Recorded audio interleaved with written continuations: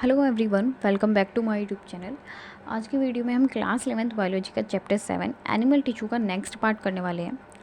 अभी तक हमने इस चैप्टर का काफ़ी पोर्शन कवर कर लिया है।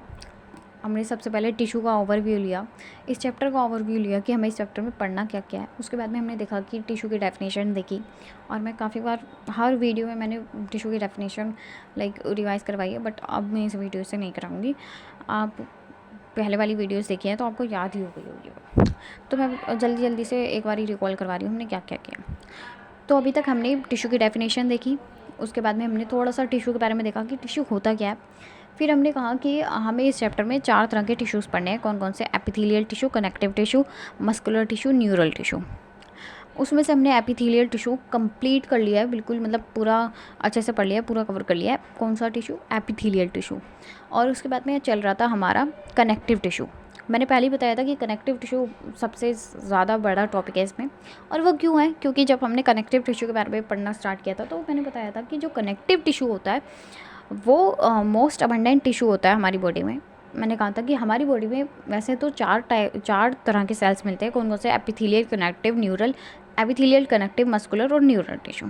लेकिन उन चारों में सबसे ज़्यादा मिलता है कनेक्टिव टिश्यू।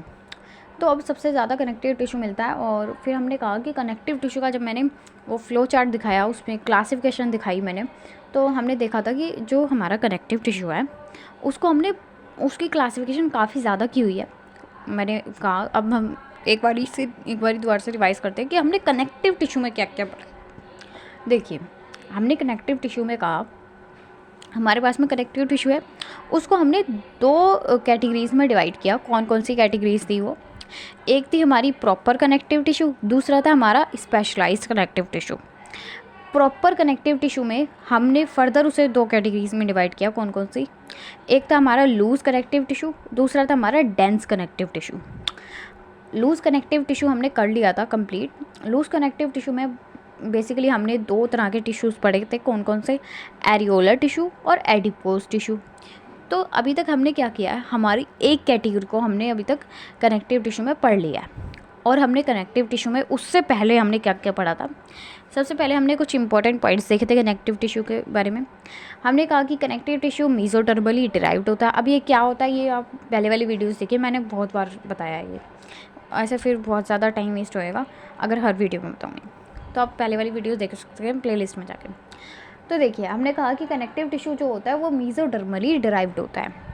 फिर हमने कहा कि वो मोस्ट अबंडेंट टिश्यू होता है। जैसे ये चीज़ तो अभी मैंने पॉइंट क्लियर किया। और मतलब चारों में से सबसे ज़्यादा कनेक्टिव टिश्यू देखने को मिलता है। और ये हमारी बॉडी को एक स्ट्रक्चरल फ्रेमवर्क प्रोवाइड करता है। कैसे करता है ये पहले बताया हुआ है, आप देख सकते हैं वीडियो।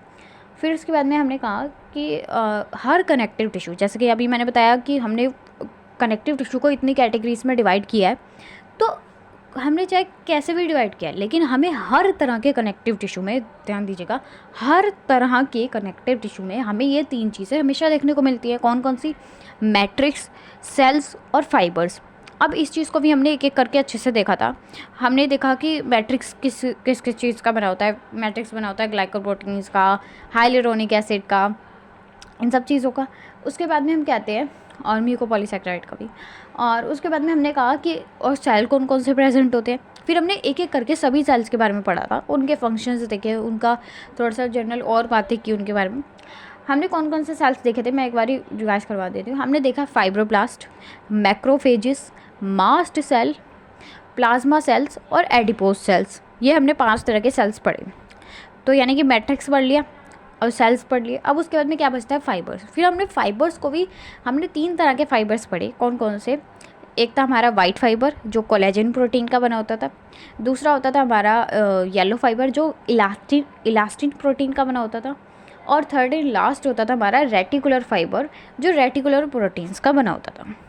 ये तो हमने देख लिए थे कंपोनेंट्स किसके? कनेक्टिव टिश्यू के। उसके बाद में हमने हमारा लूज कनेक्टिव टिश्यू पढ़ लिया था। तो आज की वीडियो में हमें क्या करना है? आज की वीडियो में हमें डेंस कनेक्टिव टिश्यू के बारे में पढ़ना है।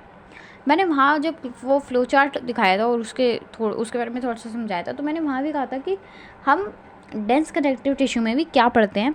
एक था डेंस रेगुलर, एक था डेंस इरेगुलर।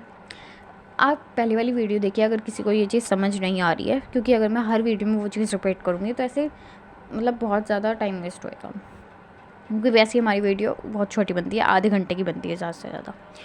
तो और वो वीडियोज़ भी आधे आधे घंटे की आप देख सकते हैं। तो मैंने कहा था कि हम डेंस कनेक्टिव टिश्यू में भी डेंस रेगुलर वाला पढ़ते हैं, ठीक है। तो आज हम अभी पढ़ना शुरू करते हैं अपने डेंस रेगुलर कनेक्टिव टिश्यू को। तो हम लोग कहते हैं कि डेंस रेगुलर कनेक्टिव टिश्यू में फर्दर दो मतलब चीज़ें आती है। आप सिंपली समझिए, हम पढ़ रहे हैं डेंस रेगुलर कनेक्टिव टिश्यू, इसमें हमें दो चीज़ें पढ़नी है, ठीक है। या कह सकते हैं दो टाइप्स पढ़ने हैं या दो एग्जांपल्स हैं। कौन कौन से होते हैं? पहला होता है हमारा टेंडन, दूसरा होता है हमारा लिगामेंट। इनके बारे में हमने नाम तो एटलीस्ट सुना ही होगा सबने। तो हम कहते हैं टेंडन्स क्या होते हैं या इनका काम क्या होता है। टेंडन का काम होता है हमारे मसल को बोन से जोड़ना। हमारे मसल को बोन से जोड़ता है कौन? टेंडन। जैसे हमने जब एरियोलर टिश्यू किया था कल, जो लूज़ कनेक्टिव टिश्यू का टाइप है, हमने कहा था कि जो एरियोलर टिश्यू है वो हमारी स्किन को मसल से जोड़ता है, ठीक है। थोड़ा थोड़ा याद आ रहा है। हमारी स्किन को हमारे मसल से जोड़ता है कौन? Areolar tissue. वैसे ही जो हमारे मसल्स हैं उनको बोन से, मसल को हड्डियों से कौन जोड़ता है? हमारा टेंडन, ठीक है। और दूसरा इसके बारे में हम कहते हैं कि इसके अंदर वाइट फाइबर काफ़ी ज़्यादा होते हैं। अब वाइट फाइबर, अगर कल वाली वीडियो या उससे पहले वाली वीडियो जो थी वो किसी ने देखी होगी तो उसको पता होगा वाइट फाइबर का मैंने क्या काम बताया था। मैंने कहा था कि वाइट फाइबर में प्रेजेंट होते हैं कोलेजन प्रोटीन, ठीक है। वाइट फाइबर में प्रेजेंट होता है, ये चीज़ मैंने अभी भी रिपीट की थी, वाइट फाइबर में प्रेजेंट होता है कोलेजन प्रोटीन। और मैंने कहा था कोलेजन प्रोटीन का काम होता है स्ट्रेंथ प्रोवाइड करना। जहाँ पे कोलेजन प्रोटीन प्रेजेंट होगा वो मतलब हमें स्ट्रेंथ प्रोवाइड कर रहा होगा। और वैसे ही हमने देखा कि वाइट फाइबर में कोलेजन प्रोटीन है और कोलेजन प्रोटीन का काम होता है स्ट्रेंथ प्रोवाइड करना। तो हम क्या कह सकते हैं कि जो हमारा टेंडन है वो हमें स्ट्रेंथ प्रोवाइड कर रहा है, क्योंकि उसके अंदर टेंडन्स के अंदर वाइट फाइबर्स काफ़ी ज़्यादा है, ठीक है। अब हम एक बार दोबारा से मैं समराइज़ करती हूँ टेंडन को। हमने कहा कि जो टेंडन है वो मसल को बोन से जोड़ता है। टेंडन्स के अंदर हमें वाइट फाइबर्स काफ़ी ज़्यादा देखने को मिलते हैं। वाइट फाइबर देखने को मिलते हैं तो उसके अंदर कोलेजन फाइबर्स होते हैं, इसलिए ये जो होता है हमें स्ट्रेंथ प्रोवाइड करता है, ठीक है। अब दूसरी तरफ देखते हैं हम लिगामेंट्स। लिगामेंट्स क्या करता है? ये बोन को बोन से जोड़ता है। टेंडन मसल को बोन से जोड़ रहा था, लिगामेंट बोन को बोन से जोड़ता है, ठीक है। और इसके अंदर मिलते हैं येलो फाइबर ज़्यादा। ये जो मैंने ऐसे बनाया हुआ है ना ऊपर, इसका मतलब होता है ज़्यादा और इसका मतलब होता है कम, ठीक है। तो येलो जो हमारे लिगामेंट्स है उसके अंदर येलो फाइबर ज़्यादा है। और मैंने बताया था कि येलो फाइबर के अंदर इलास्टिन प्रोटीन प्रेजेंट होता है। इलास्टिन प्रोटीन का काम बताया था कि वो फ्लेक्सिबिलिटी प्रोवाइड करता है। जो वाइट फाइबर है उसके अंदर कोलेजन प्रोटीन है, वो स्ट्रेंथ प्रोवाइड करता है। येलो फाइबर के अंदर इलास्टिन प्रोटीन है और वो फ्लेक्सिबिलिटी प्रोवाइड करता है। अब दोनों के बीच में एक बार डिफरेंस देख लेते हैं। जो टेंडन है वो मसल को बोन से जोड़ता है, लिगामेंट बोन को बोन से जोड़ता है। टेंडन के अंदर वाइट फाइबर ज़्यादा देखने को मिलते हैं, लिगामेंट्स के अंदर येलो फाइबर ज़्यादा देखने को मिलते हैं। इसके अंदर वाइट फाइबर ज़्यादा होते हैं इसलिए ये स्ट्रेंथ प्रोवाइड करता है। लिगामेंट के अंदर येलो फाइबर ज़्यादा होते हैं इसलिए ये फ्लेक्सिबिलिटी प्रोवाइड करता है। तो यहाँ पे जो है हमारा डेंस रेगुलर वाले जो कैटेगरी है वो कंप्लीट हो जाती है। अब दूसरी हमने देखा था कि डेंस में हमने दो चीज़ें पढ़नी थी, रेगुलर इरेगुलर। इरेगुलर के बारे में हम बहुत थोड़ा सा पढ़ते हैं। अब देखते हैं डेंस इरेगुलर। डेंस इरेगुलर में क्या होता है कि देखिए मैंने आपको थोड़ा सा इसका एग्जांपल दिया था कि वो दाल वाला, ठीक है। हमने दाल वाले उस पर ही हमने पूरा वो किया था हमारा क्या कहते हैं प्रॉपर वाले टिश्यू का, वो प्रॉपर कनेक्टिव टिश्यू के बारे में। देखिए हमने कहा था कि डेंस जो हमारी रेगुलर वाली थी, उस डेंस रेगुलर वाला जो कनेक्टिव टिश्यू था उसमें ये था कि हमारी दाल जो है उसके अंदर एक ही तरह की दाल है, ठीक है। डेंस रेगुलर वाले में सबसे पहले हमने कहा था कि डेंस कनेक्टिव टिश्यू क्या होता है? डेंस वाले में ये होता था कि भाई दाल ज़्यादा होती थी और पानी कम होता था, यानी कि जो हमारा फाइबर्स होते थे, फाइबर ज़्यादा होते थे और मैट्रिक्स कम प्रेजेंट होता था, ठीक है। अगर पूरी स्टोरी देख रहे हैं तो पहले वाली वीडियो देखिए, ठीक है। तो हम कहते हैं कि डेंस वाले में क्या होता था? डेंस कनेक्टिव टिश्यू में जो हमारे फाइबर होते थे वो ज़्यादा होते थे और जो हमारा पानी है यानी कि मैट्रिक्स वो कम होता है। उसके बाद में हमने कहा डेंस रेगुलर में क्या होता है। डेंस को भी हमने 2 कैटेगरीज में डिवाइड किया। हम कहते हैं एक होता है डेंस रेगुलर। डेंस रेगुलर वैसा होता है कि एक ही तरह की दाल बनी हुई है। अगर येलो वाली दाल बनी है येलो बनी है, रेड वाली है तो रेड वाली पूरी दाल बनी है। वहीं पे डेंस इरेगुलर में होता था कोई पैटर्न नहीं है, कोई भी दाल डाल दी है, थोड़ी सी ये डाल दी, थोड़ी रेड डाल दी, थोड़ी येलो, थोड़ी ग्रीन। तो डेंस इरेगुलर में कोई पैटर्न नहीं बन रहा कि हाँ जी यही दाल है या यही है, इसमें सब कुछ मिला दिया थोड़ा थोड़ा। तो उसी तरीके से मतलब पैटर्न नहीं है, कोई इरेगुलर पैटर्न है। तो डेंस इरेगुलर में क्या होता है, irregular in pattern of fibroblast. Fibroblast क्या होते थे? फाइब्रोब्लास्ट हमने अभी नाम भी लिया था उसके बारे में जब मैंने सेल्स का बताया। हमने अभी बात की थी कि हमारे सेल्स में हमारा जो कनेक्टिव टिश्यू होता है उसके अंदर सेल्स प्रेजेंट होते हैं और उनमें से एक सेल होता है फाइब्रोब्लास्ट। ठीक है, तो ये उसी फाइब्रोब्लास्ट की बात हो रही है। यानी कि डेंस इरेगुलर में ना फाइब्रोब्लास्ट का कोई भी पैटर्न नहीं होता, कहीं भी बिखरे होते हैं वो। ठीक है, और ये डेंस इरेगुलर कहाँ देखने को मिलता है? स्किन में देखने को मिलता है। तो यहाँ पे हमारी कौन सी कैटेगरी कंप्लीट होती है? यहाँ पे हमारी डेंस रेगुलर वाली कैटेगरी ख़त्म होती है, डेंस इरेगुलर वाली कैटेगरी ख़त्म होती है। हम कह सकते हैं कि हमने क्या क्या पढ़ लिया अभी तक। हमारा पूरा प्रॉपर कनेक्टिव टिश्यू ख़त्म हो गया। जो हमने ऊपर पढ़ा था ना, कनेक्टिव टिश्यू के बाद में प्रॉपर था और फिर स्पेशलाइज्ड, उसमें से हमने प्रॉपर वाला पूरा कंप्लीट कर लिया पोर्शन। अब बस क्या बचता है? अब बस बचता है कनेक्टिव टिश्यू में हमारा स्पेशलाइज्ड वाला। ठीक है, स्पेशलाइज्ड कनेक्टिव टिश्यू। तो देखते हैं स्पेशलाइज्ड कनेक्टिव टिश्यू। नाम से पता लग रहा है इनमें कुछ स्पेशल चीज़ें होंगी भाई। ठीक है, तभी तो स्पेशलाइज्ड कनेक्टिव टिश्यू नाम दिया गया। स्पेशलाइज्ड कनेक्टिव टिश्यू में हमने 2 चीज़ें देखी थी। एक तो हो रहा था हमारा स्केलेटल, दूसरा था हमारा फ्लूइड। तो अभी हम पहले पढ़ते हैं स्केलेटल। स्केलेटल में हमें 2 चीज़ें पढ़नी है, एक है हमारा कार्टिलेज, दूसरा है हमारा बोन। तो पढ़ना शुरू करते हैं। अभी हमें पढ़ना है कार्टिलेज। कार्टिलेज के बारे में हमने सबने ही सुना है, थोड़ा थोड़ा तो एटलीस्ट सुना ही होगा। कार्टिलेज, सबसे पहले मैं ये सब पढ़ाने से पहले मैं एक चीज़ बोलती हूँ कि कार्टिलेज देखिए कहाँ कहाँ प्रेजेंट होता है हमारे बॉडी में। कार्टिलेज जनरली मतलब वैसे तो और भी जगह प्रेजेंट है, वो हम अभी पढ़ेंगे तो देखेंगे। लेकिन अभी सब अपनी नोज़ को हाथ लगाइए, मतलब थोड़ा सा नोज़ की जो टिप है ना, टिप आगे वाला पॉइंट, उसको मतलब थोड़ा सा ऐसे मूव कीजिए तो वो ईजिली मूव हो रहा है।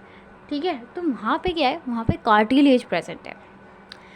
अब ईयर लीजिए। अब सभी के घर में मतलब डांट वाट पड़ती है, पिटाई होती है, तो क्या करते हैं आजकल? तो कम है ये चीज़, पहले ज़्यादा होती थी कि कान खींचते थे। स्कूल में भी कान खींचते थे। तो वो क्या, कान में कोई ऐसी हड्डी थोड़ी ना है, मतलब कार्टिलेज के बारे में भी पढ़ेंगे। लेकिन कार्टिलेज के बारे में मैं थोड़ा सा एग्जांपल दे रही हूँ कि ताकि आप रिलेट कर पाओ। अपना कान खींच के देखो, थोड़ा सा मोड़ के देखो, थोड़ा फ्लेक्सिबल सा ही है, कार्टिलेज है उसके अंदर अपने ईयर के उसमें। ठीक है, तो ये थी थोड़ी सी मतलब लाइक कह सकते हैं रिलेट करवाने वाली बात, विजुलाइज करवाने वाली बात कि कार्टिलेज हम पढ़े क्यों रहे हैं, कहाँ कहाँ प्रेजेंट होता है। अब देखते हैं अच्छे से। देखिए कार्टिलेज हमने कहा कि हमने देखा कि काफ़ी जगह प्रेजेंट है कार्टिलेज। अब इसके बारे में पढ़ना चालू करते हैं। कार्टिलेज जो है उसकी आउटर मोस्ट कवरिंग को हम नाम देते हैं पेरिकॉन्ड्रियम। देखिए यहाँ से काफ़ी क्वेश्चन बनते हैं। पेरी का मतलब हो गया आउटर। ठीक है, हमने कहा कि कार्टिलेज है उसकी एक कवरिंग भी तो होती होगी, उस कवरिंग का नाम होता है पेरिकॉन्ड्रियम। ठीक है, अब उसके बाद में हम कहते हैं कि इसके पास में ना कॉन्ड्रोब्लास्ट होते हैं। कॉन्ड्रोब्लास्ट सेल का नाम है। ठीक है, इसके पास में कॉन्ड्रोब्लास्ट सेल होते हैं और कॉन्ड्रोसाइट्स होते हैं। अब ये ना एक पाउच में प्रेजेंट होते हैं, उस पाउच का नाम होता है लैक्यूना। हम कह रहे हैं कि कार्टिलेज जो होता है वो टिश्यू ही तो है और टिश्यू बना होता है सेल से। तो जो इसके सेल्स है ना वो एक पाउच में प्रेजेंट है, एक थैले में प्रेजेंट है। उस थैले को हम नाम दे रहे हैं लैक्यूना। लैक्यूना। ठीक है, इसके मैट्रिक्स को हम नाम देते हैं कॉन्ड्रिन। मैट्रिक्स को हम क्या कहते हैं? कॉन्ड्रिन। ठीक है, जो कॉन्ड्रोक्लास्ट होते हैं ये कॉन्ड्रोब्लास्ट हैं। ठीक है, कॉन्ड्रोब्लास्ट क्या प्रोड्यूस करते? ब्लास्ट का मतलब होता है प्रोड्यूस करना। जैसे हमने फाइब्रोब्लास्ट देखा, वो फाइबर प्रोड्यूस कर रहे थे। कॉन्ड्रोब्लास्ट जो है वो कॉन्ड्रोसाइट को प्रोड्यूस कर रहे हैं, मतलब इसके सेल्स को। उसके बाद में हम कहते हैं कि कॉन्ड्रोक्लास्ट आता है। क्लास्ट, ब्लास्ट अलग है, क्लास्ट अलग है। जो कॉन्ड्रोक्लास्ट होते हैं उनका क्या काम होता है? ये कार्टिलेज के सेल्स को ही खाते हैं, मतलब कह सकते हैं ये कार्टिलेज के सेल्स को ईट करते हैं। कौन? कॉन्ड्रोक्लास्ट। ठीक है, अब हम कहते हैं कि भाई कार्टिलेज जो है वो ऐसे मतलब बोन जैसा तो नहीं है, बोन को क्या हम ऐसे घुमा सकते हैं, नहीं, लेकिन कार्टिलेज जहाँ जहाँ पे प्रेजेंट है उस एरिया को हम थोड़ा सा मूव कर सकते हैं, उसकी मूवमेंट करा सकते हैं। तो हम कह रहे हैं कि ऐसा कुछ अलग तो है कार्टिलेज में जो उसको मूव करवाने में हेल्प कर रहा है। अब वो क्या चीज़ है जो कार्टिलेज की मूवमेंट में हेल्प कर रही है? वो उसके कुछ फीचर्स होते हैं, जैसे कि जो इसका मैट्रिक्स होता है। हमने कहा कि हर कार्टिलेज में, हर कनेक्टिव टिश्यू में 3 चीज़ें प्रेजेंट है, सेल, मैट्रिक्स, फाइबर, ठीक है। तो उसमें से अब हम बात कर रहे हैं मैट्रिक्स की। जो वही कार्टिलेज का मैट्रिक्स है ना, उसके अंदर कुछ अलग चीज़ है। अब वो क्या है कि वो सॉलिड भी है, ठीक है, सॉलिड भी है और प्लाएबल भी है। अब प्लाएबल नया वर्ड आया आपके लिए, और प्लाएबल का मतलब होता है जो इसको हम थोड़ा सा मूव कर सकते हैं, जिसको थोड़ा सा कंप्रेस कर सकते हैं। कंप्रेस जैसे कि आपके पास में एक बलून है, मतलब जिसको आपने फुलाया हुआ है, ठीक है, और उसको आप क्या कंप्रेस कर सकते हो ना, थोड़ा थोड़ा से दबा दबा के थोड़ा सा कंप्रेस कर सकते हो। तो उसी तरीके से हमारा कार्टिलेज है भाई, थोड़ा सॉलिड है, बिल्कुल ऐसे भी नहीं है कि लिक्विड ही है, ऐसा नहीं है, सॉलिड है, लेकिन ऐसा सॉलिड है इसको आप थोड़ा सा कंप्रेस कर सकते हो। अब क्या बलून ऐसा होता है कि मतलब बिल्कुल फ्लूइड की तरह है। अब मान लीजिए एक तरफ है, कह सकते हैं एक तरफ वाटर है, वाटर क्या है, वाटर तो बिल्कुल ही फ्लूइड है, ऐसे रखोगे फ्लो कर जाएगा। लेकिन बलून, मैं एक एग्जांपल दे रही हूँ, बलून को आप थोड़ा सा कंप्रेस कर सकते हो, ठीक है, या टेडी बियर ले लो, टेडी बियर को भी थोड़ा सा प्रेस कर सकते हो, कंप्रेस कर सकते हो, लेकिन वो अपने आप फ्लो तो नहीं करता। तो मैं थोड़ा सा एग्जांपल देके समझा रही हूँ कि प्लाएबल का मतलब क्या होता है। प्लाएबल का मतलब होता है जिसको हम थोड़ा सा कंप्रेस कर सकते हैं। तो हम कह रहे हैं कि जो कार्टिलेज का मैट्रिक्स है वो बिल्कुल ना ही बिल्कुल लिक्विड है, ना ही बिल्कुल सॉलिड है, थोड़ा सा सॉलिड है, थोड़ा प्लाएबल है, ठीक है। अब उसके बाद में ये कंप्रेशन को रेजिस्ट करता है। अब आप कहोगे मैंने तो अभी बताया कि कंप्रेशन, इसको हम कंप्रेस कर सकते हैं, कंप्रेस कर सकते हैं, लेकिन वो जो कंप्रेशन है वो अलग चीज़ है। वो था प्लाएबल को समझाने वाला कंप्रेशन, लेकिन अब जो एक्चुअल कंप्रेशन होता है वो उसको रेजिस्ट करता है, ठीक है। अब उसके बाद में हमें पढ़ने हैं कार्टिलेज के टाइप्स, भाई कितनी तरह के कार्टिलेजेस प्रेजेंट होते हैं। तो देखते हैं एक एक करके टाइप्स ऑफ कार्टिलेज। सबसे पहले आ जाता है हमारा हाइलिन। हाइलिन कार्टिलेज, ये हमें कहाँ देखने को मिलता है? ये देखने को मिलता है हमें articulating surface of long bones. जो लॉन्ग बोन्स हैं, लंबी लंबी बोन्स हैं, सबसे लॉन्गेस्ट बोन कौन सी होती है मेरे को कमेंट करके बताइएगा, ठीक है। तो ये मतलब लॉन्ग बोन्स की आर्टिकुलेटिंग सरफेस पे हमें देखने को मिलता है हाइलिन कार्टिलेज, ठीक है। अब इसके एग्जांपल कहाँ कहाँ, भाई हमारी बॉडी में कहाँ कहाँ देखने को मिलेगा ये बताओ। तो ये देखने को मिलता है हमारी बॉडी में ट्रैकियल रिंग्स में, नेजल सेप्टम में, कोस्टल कार्टिलेज में। अब ये सब क्या होता है, ये हम ह्यूमन फिजियो में पढ़ते हैं।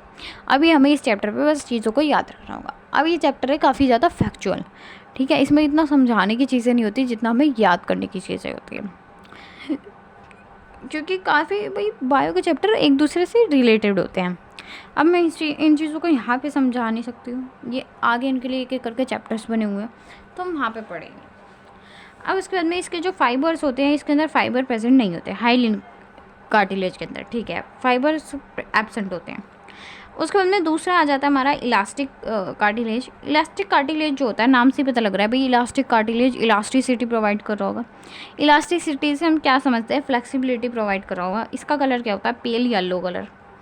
पेल येलो कलर मतलब थोड़ा सा कह सकते हैं डल डल सा येलो कलर, ठीक है, पेल येलो कलर। ये कहाँ पे देखने को मिलता है? अभी जो हमने एग्जांपल्स देखे थे ना कि नोज़ की टिप पे हैं, और पीना पता क्या होता है, वही ईयर का वो जो पार्ट, ठीक है, वॉल ऑफ यूस्टियन ट्यूब। अब आप कहोगे भाई ये कौन सा वर्ड आ गया इतना बड़ा, तो ये ना ईयर का एक पार्ट होता है, ठीक है। इसको ना हम आगे जब ह्यूमन फिजियो में लास्ट के चैप्टर्स आते हैं ना तब पढ़ेंगे, डोंट वरी, अभी बस याद रख लो, ठीक है। और एपिग्लोटिस में देखने को मिलता है। एपिग्लोटिस क्या होता है, ये जब हम डाइजेशन वाला चैप्टर करेंगे ना तब हम पढ़ते हैं एपिग्लोटिस के बारे में। एपिग्लोटिस ना देखिए मैं थोड़ा सा बता देती हूँ। जैसे एक होती है हमारी नेज़ल कैविटी, यार मैं अभी बताऊँगी समझ आएगा वो नहीं, अभी समझ लीजिए। एक होता है हमारा विंड पाइप और एक होता है हमारा फूड पाइप। तो अगर हम खाना खा रहे हैं, अभी इतना समझ नहीं आएगा मुझे पता है, और मैं इतना ज़्यादा अभी अच्छे से समझाऊँगी भी नहीं, क्योंकि यहाँ पर समझने वाली बात हुई है। देखिए जो हम खाना खा रहे हैं, अब भाई कई बार ऐसा होता है ना कि हम कहते हैं कि हमने पानी पिया और नाक में पानी चला गया, ऐसा हम बोलते हैं कि नाक में पानी चला गया। तो वो कैसे होता है, उस चीज़ को, उस कंडीशन को प्रिवेंट करता है कौन? एपिग्लोटिस। एपिग्लोटिस एक दरवाजे की तरह है भाई। जब हम खाना खा रहे हैं ना, तो वो जो खाना है वो हमारे ईसोफेगस में जाए। अब कहोगे ईसोफेगस क्या होता है, इसलिए नहीं समझाई थी। देखिए, ईसोफेगस से ना हमारा खाना स्टमक तक पहुंचता है। वो ना एक, आप अगर सब वाटर पार्क गए होगे तो वहाँ पे देखा होगा एक वो जो ट्यूब वाला होता है, ठीक है यार मैं उसका नाम बोली, ट्यूब वाला कुछ होता है।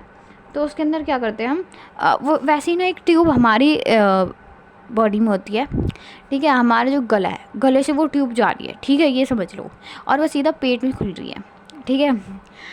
तो ऐसा होता है कि हमने जब खाना खाया तो वो जो ट्यूब है ना, उसको हम कहते हैं ईसोफेगस, ठीक है।